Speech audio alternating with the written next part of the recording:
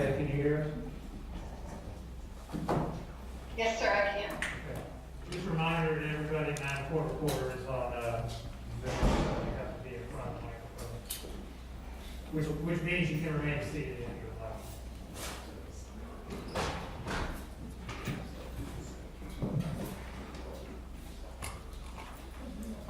Judge Brella, excuse me, will they turn on the courtroom camera? Yeah, can you guys go ahead and do that? Thank you. Okay, show court's in session. Mr. Tillis is present before the court with his attorneys and the state.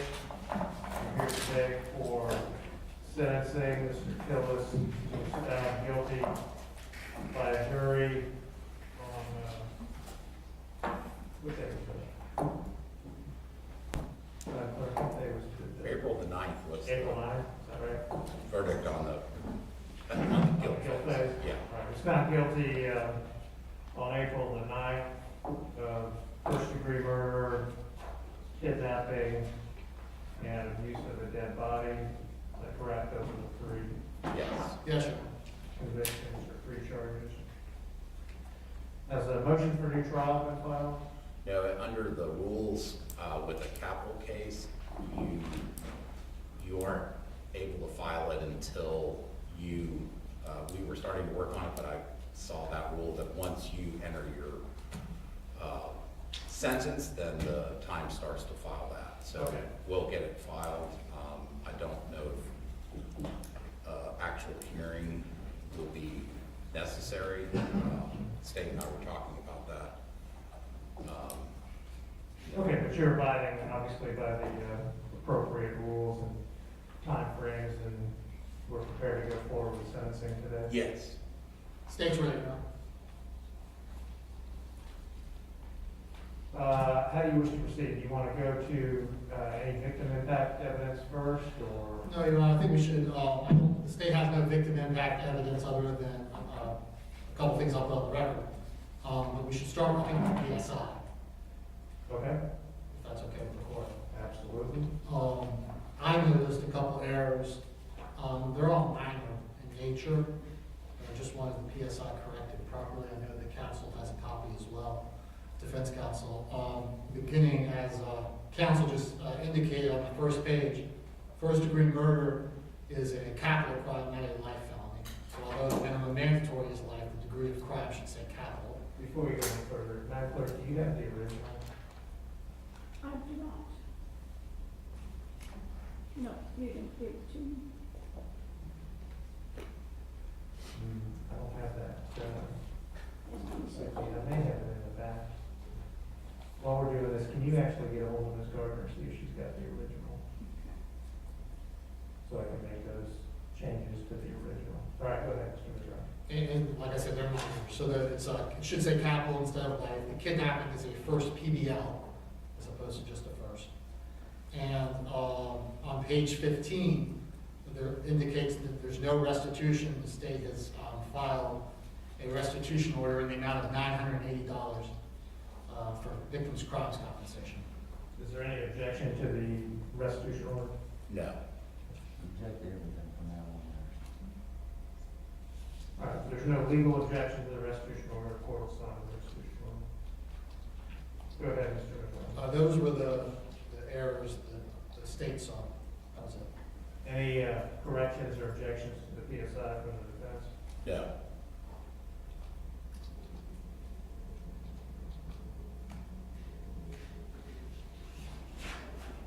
We have that.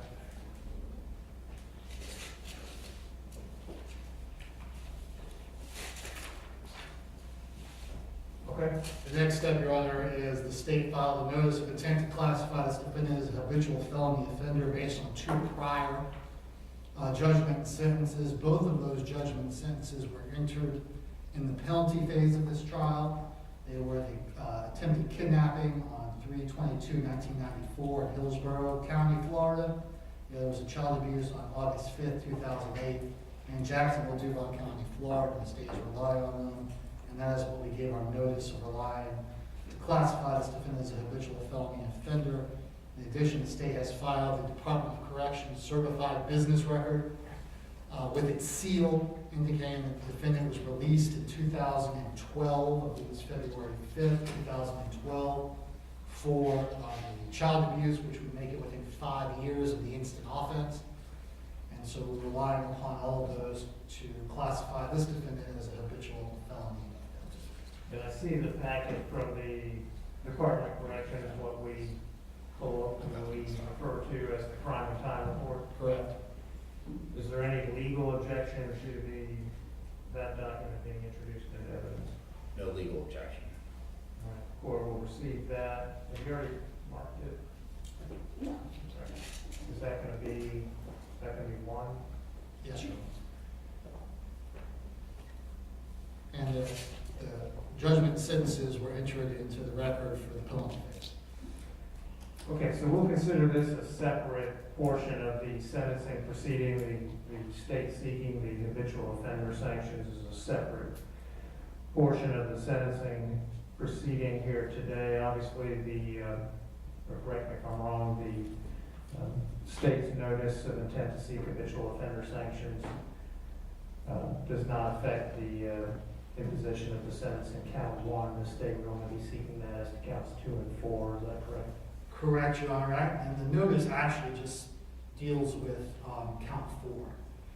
Because count 2 is punishable by life, there's no real need to sentence him. Well, Yeah, I think I'm not you can disagreeing with you. Legally, you're still entitled to seek that sanction in count 2, but you're only seeking it in count 4. Yes, Your Honor. Because that's what I provided notice for, seeking 30 years in prison. Okay, has either side received any information or have any information or evidence that either of the judgment and sentences which were introduced at the trial have been set aside in any post-conviction proceeding, or that the defendant has received a pardon? No. No information from the defense. Anything else from the state on the habitual offender No, sanction? no, Your Honor. Anything from the defense on that? No, Your Honor.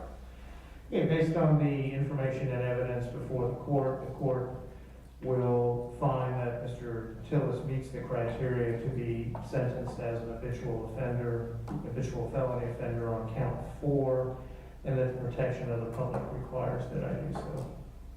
All right, we will now proceed to the second part of the sentencing. Thank you, Your Honor. I just wanted to point out for the record that the victim's family is present, and it's Ashley Gunter and Darlene Johnson, both of which testified and gave victim impact statements in the penalty phase of this trial. So the only additional information that they wanted the court to know was a series of photographs that the state has introduced into evidence, which shows Joni Gunter along with her family and her growing up. Of particular note to the court is the photograph of Joni Gunter's son, which the court will be able to figure out who that is, as he is growing up under the care of his great-grandmother, Darlene Johnson. And that is of particular note about the impact that the murder of Joni Gunter has had upon our community. And beyond that, I don't think there's anything else from the family. So at that point, the state has no other evidence to offer. Okay, no one on the behalf of the family wishes to speak today. Correct. And as they previously have given victim impact statement.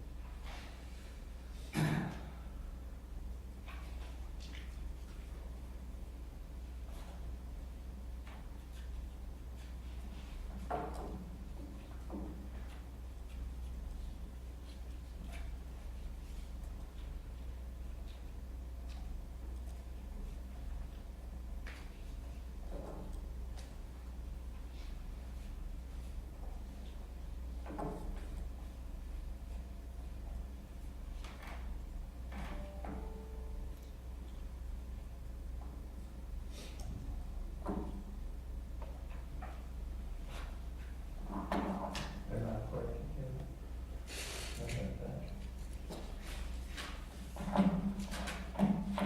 Right, so that's all the evidence in aggravation. Correct. Any evidence in mitigation that the defense wishes to present? No, we already obviously had a penalty phase hearing where we presented mitigation to the jury. Does Mr. Tillis wish to address the court today? He does not. All right. Did you ask me that? Well, take a moment and see if he's changed his mind. Sorry, everybody, just, I'm not happy with council on anything. Mr. Tillis apparently, and I will say, he did file what is described in the filing as a I Nelson. saw that. Apparently, he has some statements he'd like to make related to council. Well, is it related to the latest Nelson petition filed by Mr. Tillis? If it is, the court is considering that premature as it deals, court reviewed it, and it deals with council not filing a notice of appeal, which of course would be premature at this point. The court hasn't even imposed sentence yet. Is there anything else you wish to address the court about today? Actually, I have an abundance of caution. Mr. Tillis, you can remain seated, but raise your right hand. You solemnly swear or affirm to tell the truth, the whole truth, and nothing but the truth, so help you God. Yes, sir. All right, you put your hand down and make sure the microphone's there. All right, Mr. Tillis, anything you wish to do? Go ahead, sir. The only thing I wanted to put on the record, Your Honor, is that I was dissatisfied with counsel's representation during the trial, and it is not in reference to the mitigation. Okay, speak your piece. The April 30th, the Nelson petition, and July 19th, 2020, the court advised Mr. Fletcher to examine witnesses listed in the April 30th petition. Mr. Fletcher, a year later, proceeded into the trial without examining those witnesses. 23 defense witnesses. Mr. Fletcher refused to call any to corroborate my testimony. Mr. Mayos did absolutely nothing during the trial. He prepared no mitigation. The mitigation was prepared by outside independent counsel, which Your Honor denied that motion, and yet independent counsel came in anyway, and in the 11th hour saved me from the death penalty. Mr. Fletcher and Mr. Mayor's representation during the trial is ineffective and incompetent, and that is pretty much all I wanted to say in that regard, sir. Okay, thank you, Mr. Tillis. Yes, sir. All right, anything else from the defense? No. All right, Mr. Mizrahi, argument? Your Honor, obviously, it's a mandatory sentence as to count one. The court is well familiar with the facts of this case. The state is seeking to have a consecutive life sentence imposed in count 2, and then followed by a consecutive 30 years in count 4. Thank you.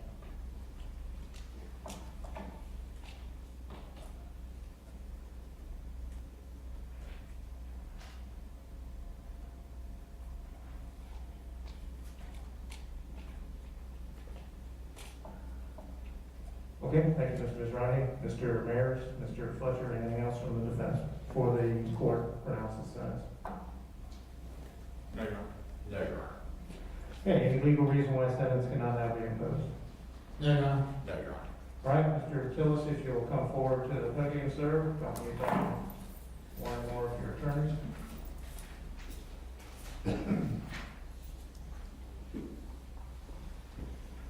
Mr. Tillis, the jury having found you guilty in count 1 of murder in the first degree, it is the judgment and sentence of the court that you be adjudicated guilty of that offense, sentenced to life in the Florida State Prison with credit for 4 years, 5 months, and 24 days, or 1,637 days time served. In count 2, the jury having found you guilty of kidnapping, the court adjudicates you guilty of that first-degree felony punishable by up to life in prison, sentence you to life in the Florida State Prison with the same amount of credit time. That sentence will run consecutively to the sentence imposed in count 1.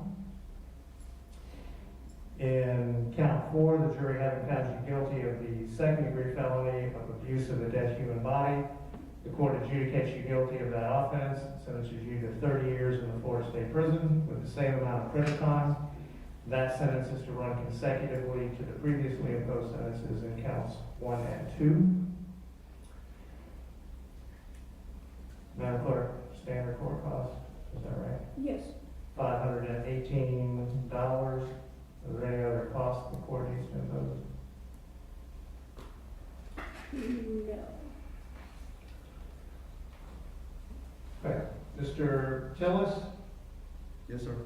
is it justice for you to receive life in prison versus the other possible sentence, it is not for this court to say, determine, or even contemplate. All I can tell you is that it is the intention of this court that you never again be allowed to live among civilized people. You have 30 days to appeal this sentence if you believe it to be unlawful. If you cannot afford an attorney, one will be appointed for you. Mr. Mayor, am I appointing the Office of the Public Defender? I was gonna ask the court to make that finding that he remains indigent and would qualify for the Office of Public Defender. Obviously, there'll be some pleadings that we need to file as trial counsel, but yes. I will make that finding and appoint the Office of the Public Defender to appoint Mr. Tillis for purposes of appeal. That will conclude the hearing in this case.